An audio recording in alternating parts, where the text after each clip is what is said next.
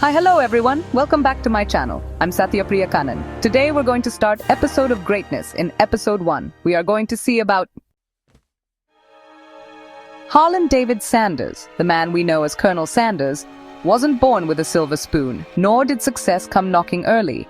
His was a life steeped in struggle, a testament to grit, and honestly, a delicious vindication of never giving up, even when the odds seemed stacked against you. Imagine a young boy in Henryville, Indiana, in the late 1800s. Harland, just 5 years old, lost his father. His mother, working tirelessly, left him to care for his younger siblings. He learned to cook out of necessity, a skill that would later become his empire. School wasn't for him. He dropped out in 7th grade, and by his teenage years, he was bouncing from job to job. A farmhand, a streetcar conductor, a railroad fireman, even an insurance salesman. Life was a relentless series of starts and stops, often ending in dismissals and frustrations. He even tried his hand at law, only for it to end in a courtroom brawl. But there was always one constant: his love for cooking, especially his fried chicken. It wasn't just any chicken. It was chicken cooked with a secret blend of 11 herbs and spices, a recipe he tirelessly perfected. Fast forward to the year 1930. Harland, now 40 years old, was running a roadside motel in Corbin, Kentucky. Attached to it was Sanders Café, where he started serving his famous fried chicken to hungry travelers. The aroma alone was enough to draw people in, honestly. His chicken was so good, in fact, that in 1935, the governor of Kentucky, Ruby Laffoon, bestowed upon him the honorary title of Kentucky Colonel.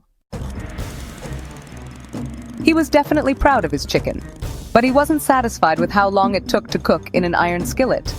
Ever the innovator, he embraced the then-new pressure cooker in 1939, realizing it could cook his chicken faster while keeping it moist and flavorful. This was, without a doubt, a game-changer. Despite the growing popularity of his cafe, fate had another curveball in store. A new interstate highway was planned, bypassing Corbin entirely. This meant the end of his roadside restaurant. At an age when most people consider retirement, Colonel Sanders, then in his 60s, found himself facing a major setback. But failure for the Colonel was just a detour. With his secret recipe and his signature white suit, he hit the road, a man on a mission. He traveled from town to town, restaurant to restaurant, cooking his chicken for owners, hoping to convince them to franchise his product. Imagine him, a kindly, eccentric gentleman frying chicken in their kitchens, offering them a taste of his finger-licking good masterpiece. He faced rejection after rejection. Over 1,000 times they said no. But Harland Sanders possessed an unwavering belief in his chicken. He wasn't selling just a recipe. He was selling an experience, a taste of Southern comfort.